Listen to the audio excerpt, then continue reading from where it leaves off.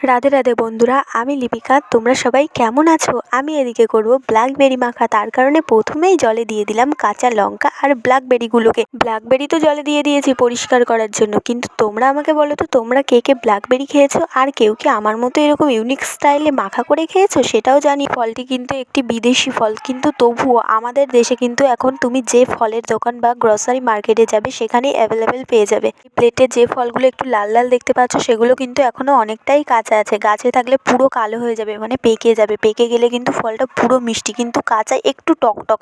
আর আমি এই মাখাটাতে ব্যবহার করেছি নুন, চিনি আর কাঁচা লঙ্কা, অন্য কিচ্ছু না। আর হ্যাঁ, আমি কিন্তু এখানে বিট নুন ব্যবহার করেছিলাম। তোমরা চাইলে অন্য নুনও ব্যবহার করতে পারো, মানে সাধারণ খাওয়ার নুনটা, বাড়িতে যেটা খাও সেটাই।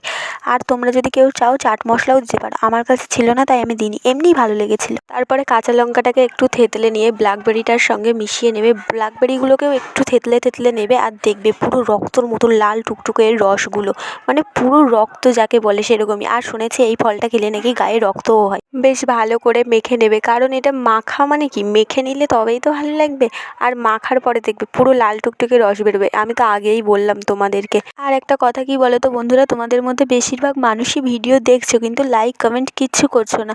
তোমরা যদি লাইক কমেন্ট না করো তাহলে আমাদের মনোবলটা বাড়বে কী করে?